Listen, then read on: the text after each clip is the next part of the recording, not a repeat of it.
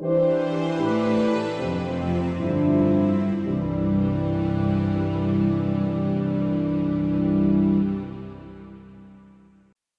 this talk, I'm going to describe 6 stages that people go through with respect to the doctrine of the Trinity.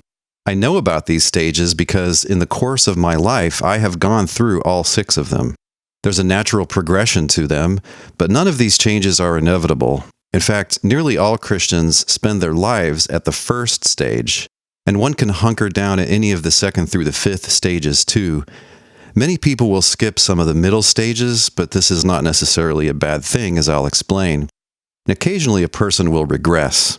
So you may not need to go through all of the stages like I did, but the most important questions are, which stage are you at? And do you understand why some people move on to that next stage? If so, what is keeping you from following them?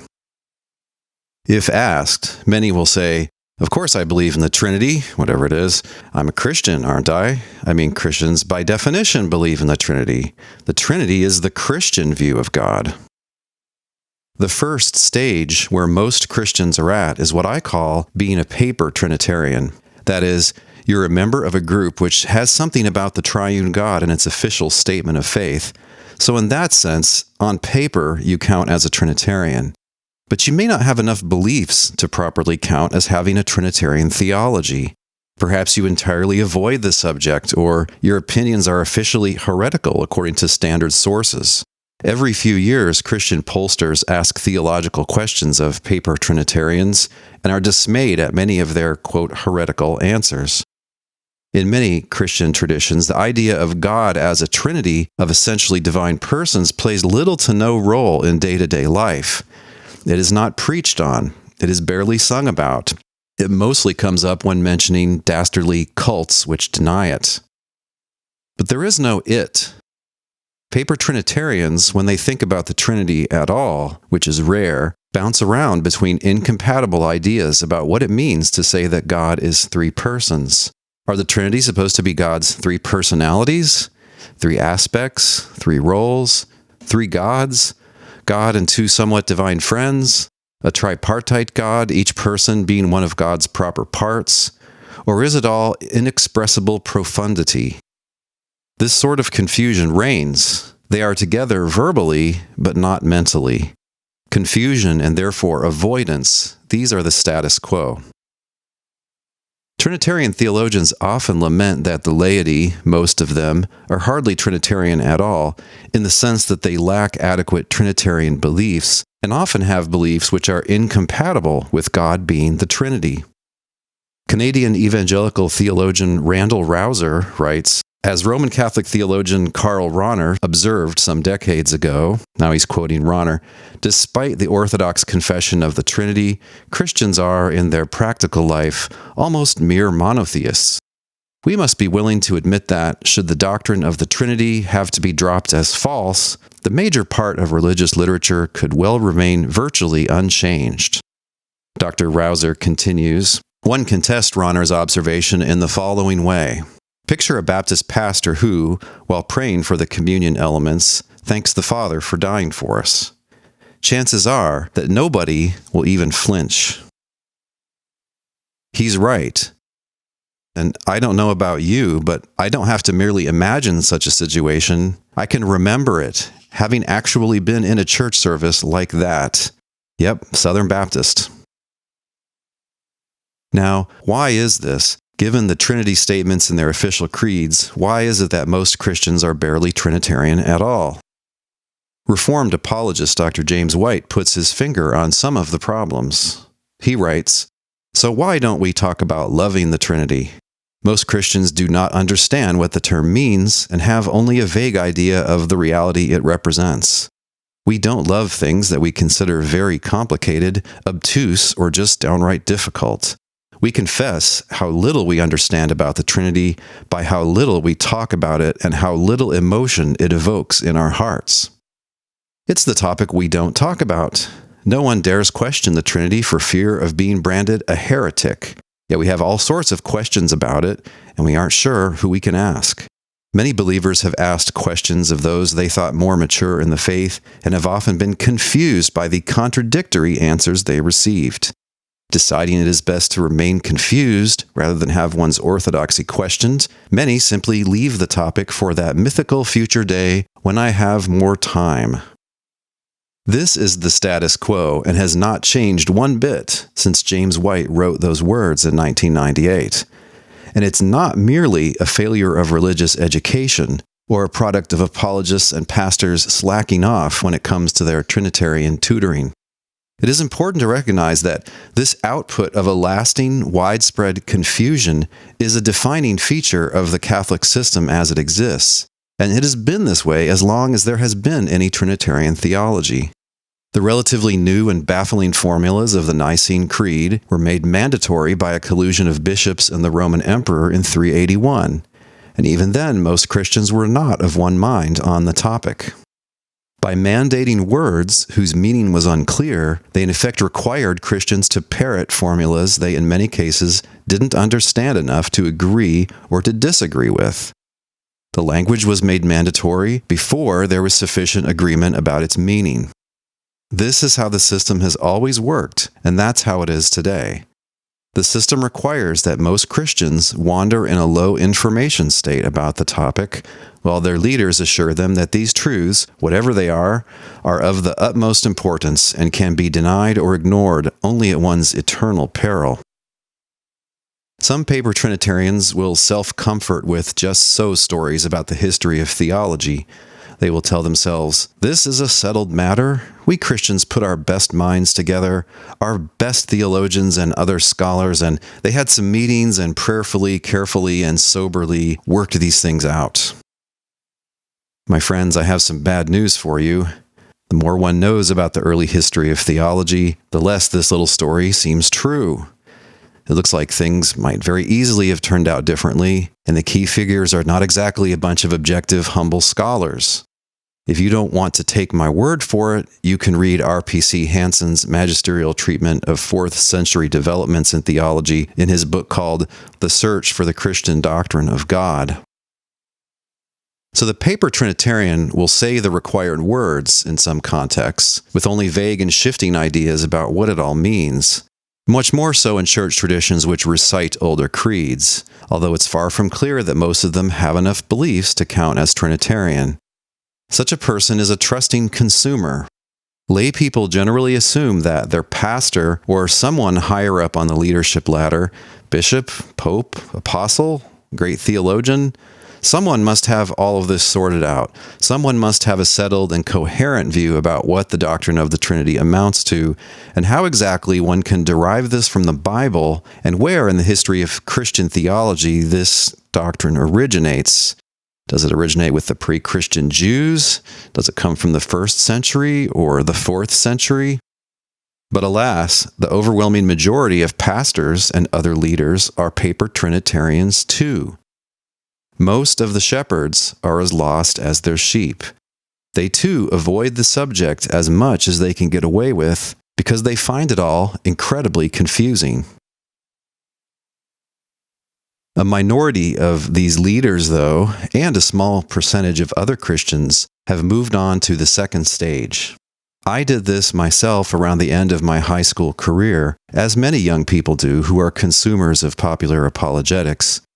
You see, there's a large body of apologetics literature out there which offers to give you quick expertise on the doctrine of the Trinity, showing you exactly how such a theology is implied by the Bible. This seductive literature can be mastered by a determined high school senior. It makes you think that you can, through it, distinguish yourself from the confused masses, and even be a teacher on this topic. Simply believing that you've mastered this causes one to act like an authority on the subject, and immediately raises one's social standing in the community. You have the answers, the Bible answers, the classic Christian answers. Everyone should have the answers. Therefore, everyone should listen to you. Moreover, the answers are pretty easy, so you set out to teach them. Perhaps you get your own YouTube channel or a blog to spread this newfound expertise. This literature counsels you that the doctrine is rather easily understood and can be rather easily defended against charges that it is incoherent, and that it can rather easily be seen to be implied by claims made in the Bible. Such literature does a great disservice to its consumers, as all three of these claims are demonstrably false because of those rather easy clauses.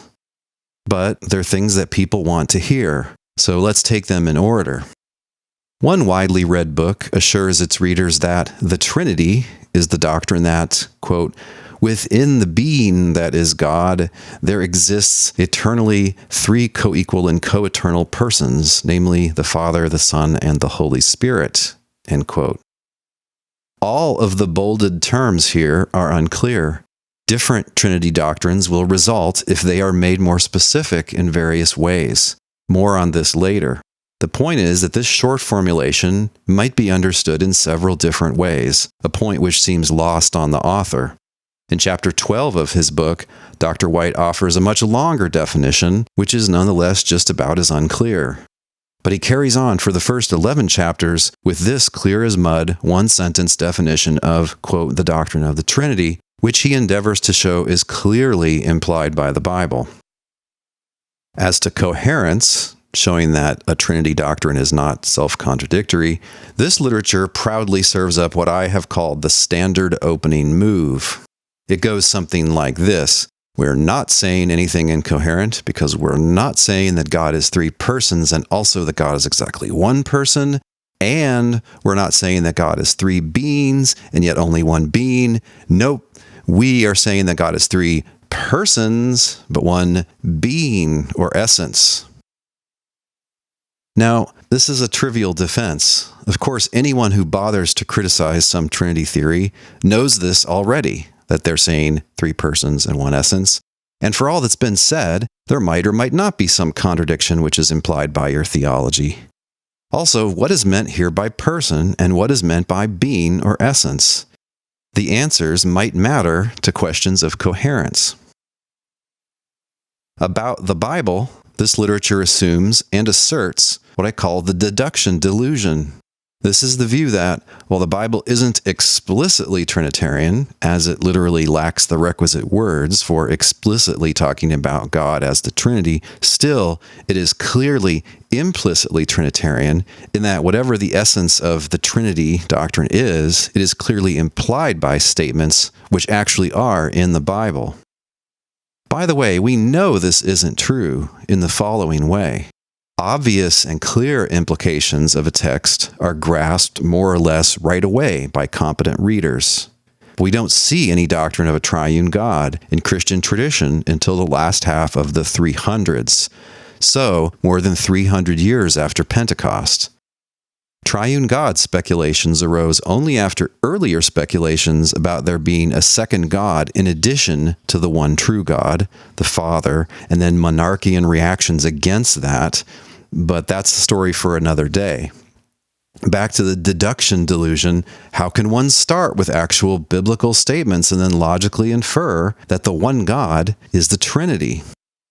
An apologist will typically, following the Reformed theologian B.B. Warfield, dumb down the Trinity doctrine into 3 or 4 simple statements. Again, Dr. James White writes, there is only one God, there are only 3 divine persons, and then third, the persons are co-equal and co-eternal.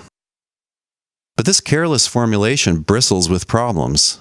Does this vaunted doctrine really amount to only these 3 claims? Later in the book, he gives us at least 6 claims.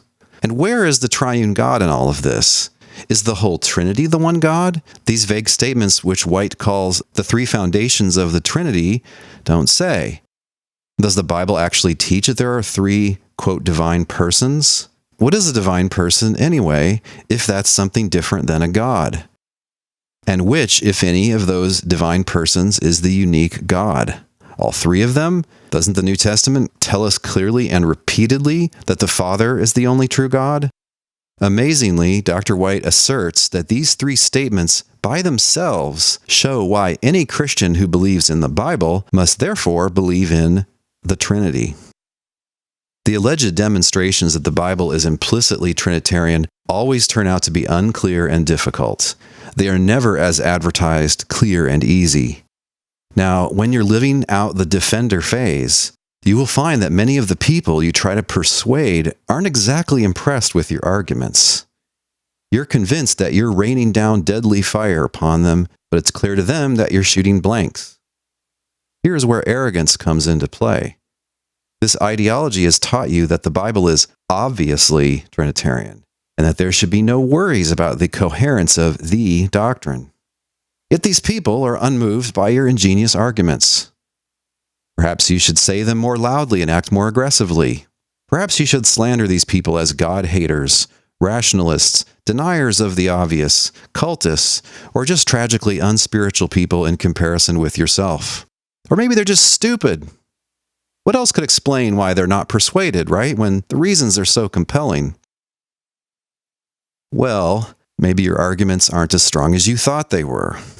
Now, if you decide to actually think about these topics, you may be able to move on to the next stage of Trinitarian commitment. Many people are able to do this in their 20s or 30s, but the loudest defenders on the internet are not 18-year-old boys, but rather fully grown men who have become dependent on the status boost and career options that one gets from setting oneself up as a public defender of the doctrine of the Trinity. If you see someone online arguing aggressively about the Trinity, and they constantly heap contempt and derision on their real or imagined opponents, and they seem to have a huge ego and an arrogant, bragging, and bullying manner that your wife or girlfriend can't stand to watch for 5 minutes, that is one of these defenders. Now, they're not all that badly behaved, but this is a mark of many of the well-known ones. They're serving a certain segment of the public what that public enjoys. One well-known defender, Dr. James White, published a readable, decently informed, if not very well argued, beginning-level book on the Trinity in 1998. And since then, he has ignored boatloads of relevant literature, explaining how Trinity theories first arose, exploring contextual first-century readings of allegedly Trinitarian texts, and distinguishing between clashing Trinity theories which must be evaluated differently. He imagines that he has unmatched exegetical prowess and has only a cold and settled contempt for anyone who won't simply accept his rickety arguments. In his view, the people who don't agree with him must just be unregenerate sinners. When asked to clarify what he thinks the Trinity is, he will only repeat the traditional formulas as if those were clear.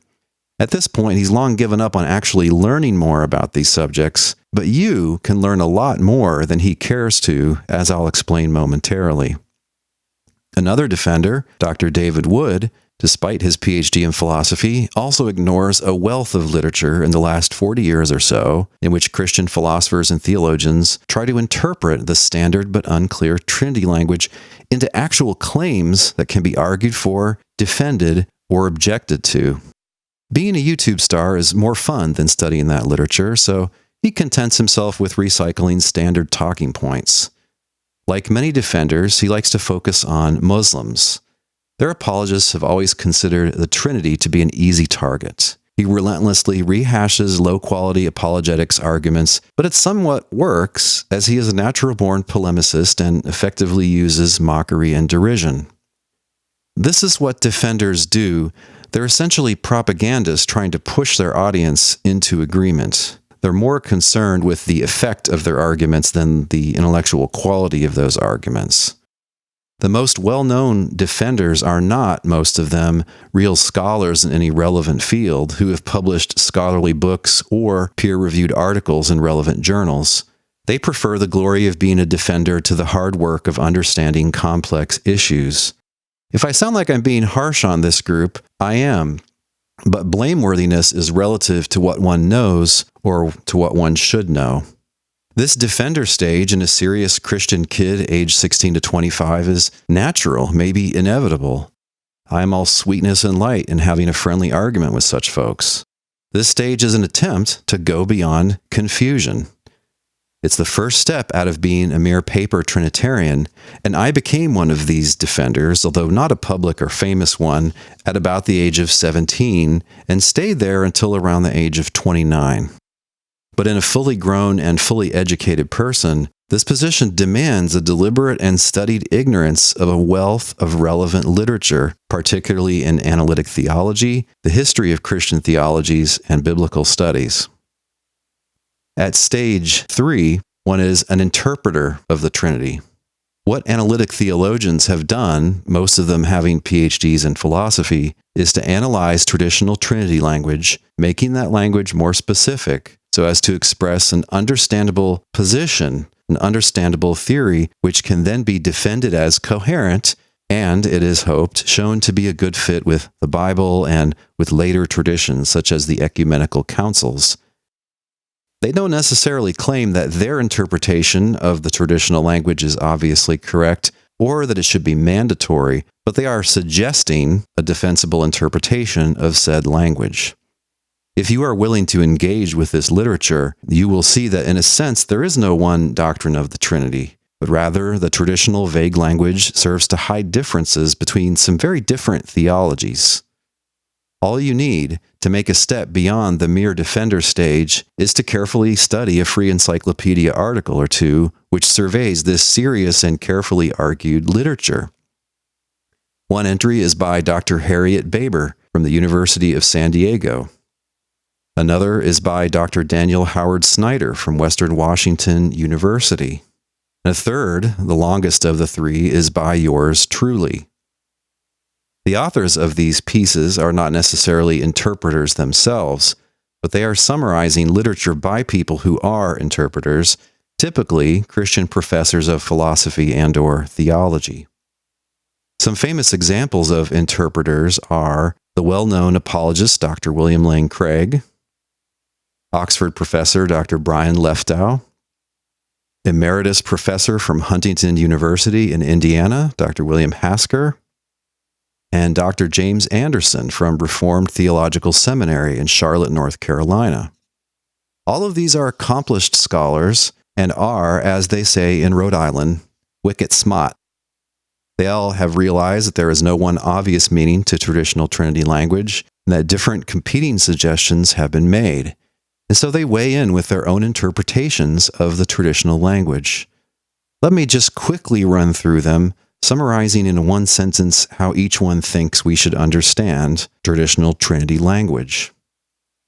For Dr. Craig, the persons of the Trinity are, he says, 3 centers of consciousness, 3 parts which in a sense compose the one soul, which is God.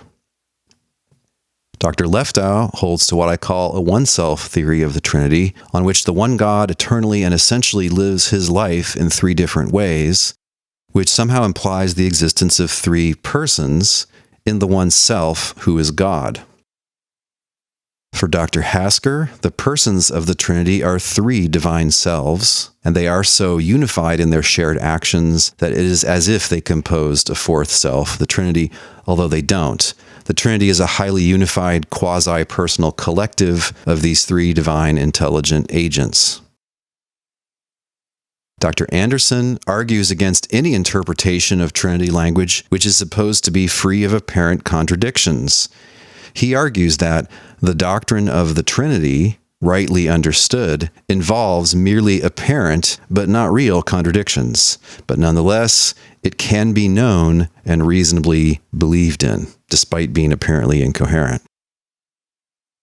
This realm of scholarship is largely devoid of the rough rhetoric, shoddy arguments, verbal aggression, and crass egotism which plague the crowd of defenders. At the same time, I think most of these scholars think of themselves as defenders. They don't always realize how different what they're doing is from what the mere defenders do. But what they're doing is very different. They're taking the risk of putting forward understandable claims which can potentially be refuted and which can expose them to a lot of suspicion. Mere apologists, the defenders, want nothing to do with this literature. For one thing, the mere existence of this scholarship shows the folly of believing that there is one doctrine, one theology of the Trinity, which most Christians have long believed. For another, this work exposes the falsity of the assumption that traditional Trinity language is as clear as we could hope it to be. It can be made a lot clearer in various ways. For another, these guys know how to put together an argument, whereas most defenders don't. Whereas a defender, if he self-markets well, can make a living and attain a certain popular fame, for the most part, these actual scholars, by comparison, toil in obscurity. The easy answers crowd doesn't like them, as their publications require actual hard work to digest, and they usually avoid crowd-pleasing rhetoric. Now, what about professional theologians? Surely they would welcome these serious and sustained attempts to clarify how one ought to interpret the traditional language. Interestingly, most theologians want nothing to do with the interpreters. They like the more traditional, obscure language and are not concerned enough about the truth of the matter to want it to be clarified. They like things unclear. It means that people must crawl to them for some shred of understanding. They're not concerned to attain the level of clarity needed to actually rationally evaluate competing Trinity theories. Here we should distinguish those trained mainly in systematic theology from those trained mainly in biblical studies. The systematic people are wedded to the idea that there is one, quote, doctrine of the Trinity, which all Christians have always been committed to, if not from the beginning, then at least from, quote, early times. And they are proud that they can speak the discourse of three hypostases and one ousia, and that they can tell you the difference between the homoousians, the homoiousians, and the homoians. And many of them love to celebrate the Trinity as a holy mystery and will urge that somehow human language is just inadequate, so that we will always be beset with mysteries, whatever those are. They can see differences between different accounts of the Trinity, but they tell themselves that these are just differences of emphasis, perhaps resulting from different starting points. Because again, there must be one doctrine of the Trinity. Analytic theologians have tried in earnest for more than a decade now to win over the systematic theologians, but most of them still completely ignore the sort of scholarship surveyed in those three encyclopedia entries and want no part in what the interpreters are trying to do. They prefer academic work in theology, which uses the far inferior tools of recent continental philosophies, or which tries to stick with philosophical ideas and terminology from the times of Augustine or Aquinas. As to those trained mainly in biblical studies, many of them know and will sometimes openly say that the theologies and Christologies of the traditional creeds have nothing to do with interpreting the writings of the Old and New Testaments. They can see that those creeds, with their Trinitarian language, are firmly ensconced in most Christian traditions, and most of them see no point in trying to clarify them, and they see that arguments that the Bible actually implicitly teaches some Trinity theory are patently anachronistic and never work. Most interpreters, God bless them, are assuming what they've been told by apologists and by systematic theologians, which is that in some sense the Bible is implicitly Trinitarian, and so that at least the building blocks, maybe most or all of the component claims of a Trinity theory, are there to be found. Many will have, as young people, read the kind of apologetics literature I described above, and they may be assuming that its arguments are basically on the right track, even if they don't answer all the questions. In a kind of misplaced, over-trusting humility, they assume that surely there are strong reasons why any biblical theology must be in some sense Trinitarian, but one should leave that up to the professionals, and the theologians seem pretty sure about this. In my experience, most interpreters have not thought critically about these arguments from the Bible to some Trinity theory or other. They prefer to stay in the safer realm of competing Trinity theories, where one assumes that somehow the Bible demands some Trinity theory or other. Interpreters are more equipped to compare current theories than they are to rightly interpret 2,000-year-old writings in their original contexts. Eventually, though, some start to examine that assumption. For me, I encountered writings by seemingly smart, informed, and godly Christians of the early modern era who held the view that, no, in the Bible, the one God is the Father, not the Trinity. They showed me that a triune God is never mentioned in the Bible, and they argued compellingly that no triune God claim is ever assumed or implied in those books. If you're at the interpreter stage, rather than reading books from 1680 or 1738 or 1852, I recommend that you check out a couple of my Trinities podcasts, namely number 189, where I show that there is strong evidence that New Testament authors are not assuming that God is the Trinity, and podcast 260, where I show, contrary to the oversimplifications of Warfield and many others, how difficult it really is to start with the Bible and actually deduce enough claims to have a Trinity theory. Eventually, you realize that the rhetoric of most Protestant theologians doesn't match with reality. Their official ideology is that theology should be based on the Bible. But in practice, they simply won't consider any view unless it's consistent with the Catholic creeds from 381 and 451 from the so-called ecumenical councils. And eventually you start to see how hard it is to deduce any Trinity theory from the Bible, despite the confident assurances of the apologists and the systematic theologians.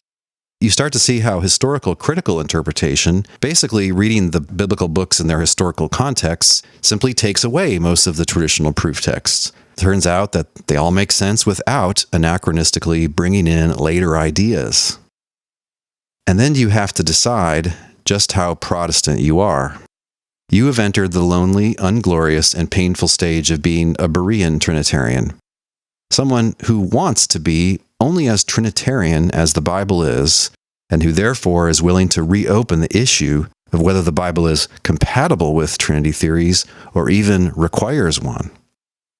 To go here, you must ask yourself, am I only giving lip service to the Bible, or am I really willing to choose it over later traditions when the two conflict?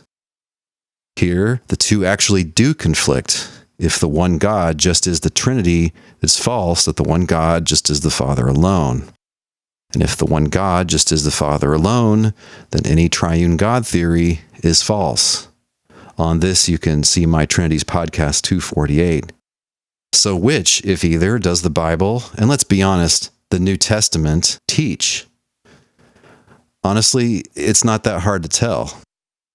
Once you realize this and actually agree with New Testament theology as against later triune God theories, you are no longer a Trinitarian in your theology. But you still are socially in the officially Trinitarian realm. You're a Trinitarian, ex-Trinitarian. In my experience, many just go on happily to the next stage, more or less immediately, but others linger for quite some time here as they understand the privileges of being in the Trinity Club. If you're such a person, you're now in what the Simpsons' Ned Flanders would call a dilly of a pickle. If you're a theologian or professor at a Christian institution, or if you aspire to be such, you can't let it be known that you agree with Matthew, Mark, Luke, John, and Paul about this. You observe that everyone who wants to be a part of the evangelical scene, or the Catholic or Orthodox or Reformed scenes, must salute the Trinity language every so often, whatever they actually think. This is all that's ever been required for membership in the Trinity Club. The system works on what you'll, in various ways, say yes to. You will probably have to agree with an extremely vague Trinitarian statement of faith, or at least assure people that you are a, quote, Trinitarian. The sociological pressures here are incredibly strong. Your social standing and perhaps even your livelihood depend on membership in the Trinity Club. You may fear that it is a kind of social suicide to admit that Trinity theories get the Bible wrong, and it's unthinkable that you should use the U word, Unitarian, to describe your views. To do this is to tattoo a giant red U on your forehead. You can't be hired by any mainstream Christian church or educational institution. You can't speak at events, and Christian publishers will not touch your books with a 10-foot pole. You'd be a theological leper.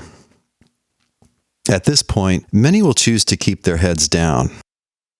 They are now aware of the privileges afforded by membership in the Trinity Club and can see that there is a steep practical price in coming out as a non-Trinitarian Christian. After all, you got those degrees and you landed that job and your family depends on your having that job and or access to these venues. I was here around 2002 to around 2007, although it took me a while to realize it. It wasn't that hard for me to move on, honestly, as I had an academic job at a secular university, and for whatever reason, I'm the sort of person who doesn't care all that much about what others think. It would have been much harder if I were more embedded in the evangelical establishment. I did, after coming out, to some extent get blackballed in the Christian professional academic circles I then inhabited. But I threw caution to the wind, and I did what many, many others have done before. I became a Unitarian Christian whistleblower, someone who wants everyone to know what I've, after much work, learned about the New Testament. That there in the New Testament, the one God is the Father alone, not the Father, Son, and Spirit. God's Messiah is a man, the unique servant of the one God, the God of Israel, and the Spirit is just that. It's God's Spirit.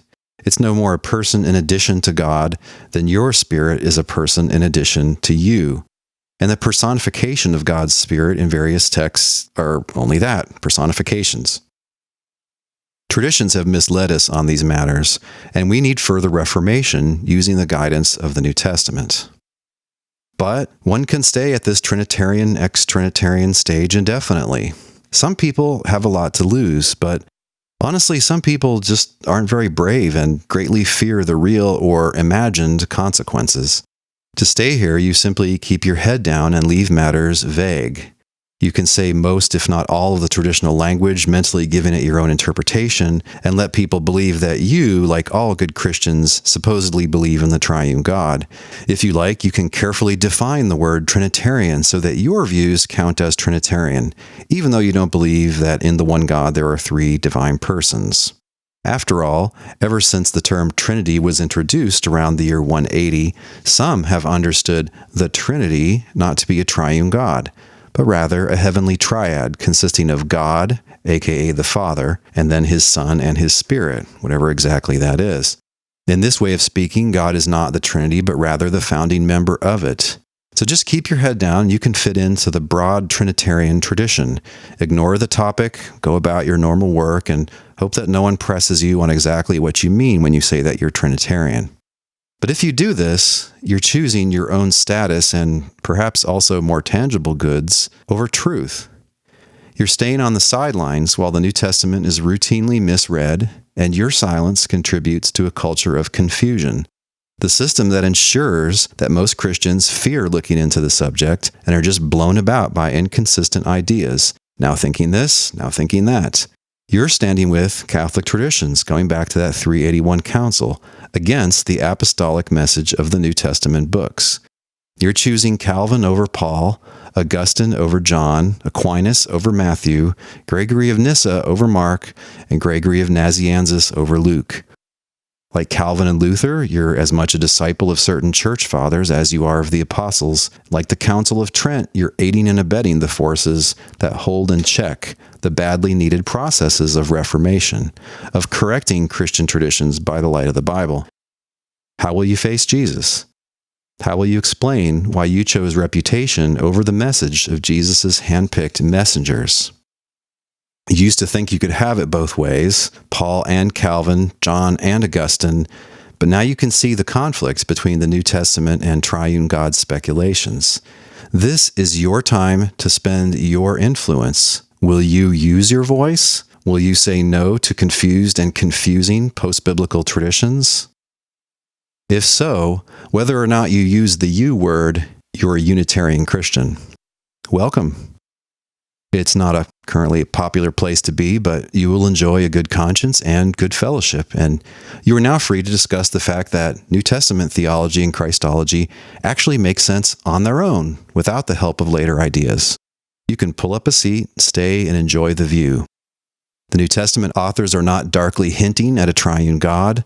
Paul and company are not murmuring occult authors who hide their deep mysteries from the masses by encoding them as an obscure subtext which can be discerned only by the privileged few. We can now focus on what these authors focus on, the astounding fact that a man can be God's Messiah. The man attested to you by God with deeds of power, wonders, and signs that God did through him, whom the prophet John calls the Lamb of God who takes away the sin of the world. The man who, incredibly, God has appointed to judge the world, and who has been exalted to rule at God's right hand. You'll need a new support network. Many of your friends will choose for the time being to stay in the Trinity Club. The spell of fear will not be broken until many other insider whistleblowers loudly leave, and everyone can see that their faith and witness are intact. Just as 16th century Christians needed to see that there could be Christianity outside the Roman Church, 21st century people need to see that there is Christianity outside the Trinity Club. Let me suggest that you get a free membership in the Unitarian Christian Alliance, which can help connect you to other like-minded believers. There are, in fact, many lovely Unitarian Christians out there, and they need the gifts that God has given you. The UCA tolerates various positions on other areas of Christian disagreement, such as church government, spiritual gifts, political involvement, or the right way to understand the book Revelation. We'll put you in touch with Christian churches, denominations, and Bible studies. We encourage you to examine other traditional assumptions too. Many other UCA members and groups can help you with that. We want you to stand with us whether you choose to be a voice for reform in your current group or whether you're looking for a new group, such as the Church of God General Conference, which I'm grateful to be a part of. In my experience, no one who has gone through all 6 stages then goes all the way backwards. However, people may backslide by a stage. Most commonly, in youthful enthusiasm, they try their hand at being a heroic defender, but for various reasons they slink back into the paper Trinitarian masses. One does encounter a few people who were raised in Unitarian Christian groups, who then go from stage 6, which they were born into, to stage 2, being a defender of whatever they suppose the doctrine of the Trinity to be.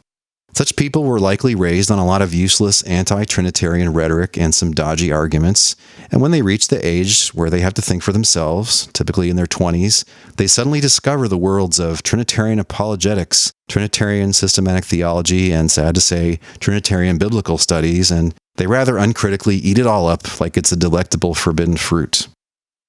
Others, again, usually those raised as Unitarian Christians, will go backwards from 6 to 5 to the realm of non-Trinitarian Trinitarians, thinking they can do more good if they hide their convictions. Never having been in it, to them, Trinity Club membership starts to look pretty good, but they're not too aware of its serious downsides, nor of how much of their honesty they'll have to trade in. As I mentioned, some people will skip some of these stages. Some of them are oneness Pentecostal Christians. They never were in the Trinity Club, so that doesn't hold them back. And often they are serious students of Scripture who do not idolize the likes of Augustine or Calvin or the ancient Gregories. They'll go straight from oneness to being a Unitarian Christian. In that sense, their oneness heritage is a blessing that saves them from the pitfalls and agonies of stages 2 through 5. A larger number of stage skippers are Bible-oriented evangelical lay people. They are not particularly impressed with the defenders they run across, and may actually read enough biblical scholarship to see that most of the defenders' arguments are not very good and that most of them are marginal scholars at best. Nor are they consumers of analytic theology. They don't see the point of analytic philosophy generally, nor are they impressed with the great ecumenical councils, nor are they afraid to disagree with great historical theologians like the so-called fathers. So they skip the interpreter stage and they'll go straight from being a paper Trinitarian to being a Berean Trinitarian. And being lay people, they don't care too much about membership in the Trinity Club, so they can quickly move on to being Unitarian Christians. If there's going to be widespread reformation on this topic, I think that a large portion of these people will need to side with the New Testament, just as many faithful 16th century Catholics sided with the more biblical Protestants over the less biblical Roman Catholic Church. Will you stand with us? Will you stand with New Testament teaching over confused and confusing later traditions? Finally, let's take notice of one more pathway away from stage 1, from being paper Trinitarian to being an ex-Christian atheist or agnostic. Now, it's usually other issues which are the main motivation for people who are raised Christian and then decide to be unbelievers. Things like the problem of evil, abusive churches or families, biblical inerrancy, evolution versus Genesis as often understood. But for many such people, the Trinity doesn't make sense, and they see it as part of a larger pattern of teachings which don't make sense, but are nonetheless held up as holy and important things which you must believe, or at least which you must say you believe. If you help the young people around you to understand these issues, you're helping them to avoid this kind of spiritual wipeout. Very often, these new atheists and agnostics were smart Christian kids who were told to shut up and stop asking questions about religious things. Answer their questions. Help them to ask better questions. And don't stop loving them if they go through a season of this, whether temporary or permanent. So where in this scheme are you? Are you willing to consider the next stage? Why or why not? I encourage you to keep studying, keep praying, keep returning again and again to Scripture to see what it says and what it does not say, as opposed to what people say it says. And notice that there are disciples of the Lord Jesus at each one of these 6 stages. Even if you think they've gone too far, and even if you think they've not gone far enough, it's your job to love them. May God guide and bless you as you figure out how to do that.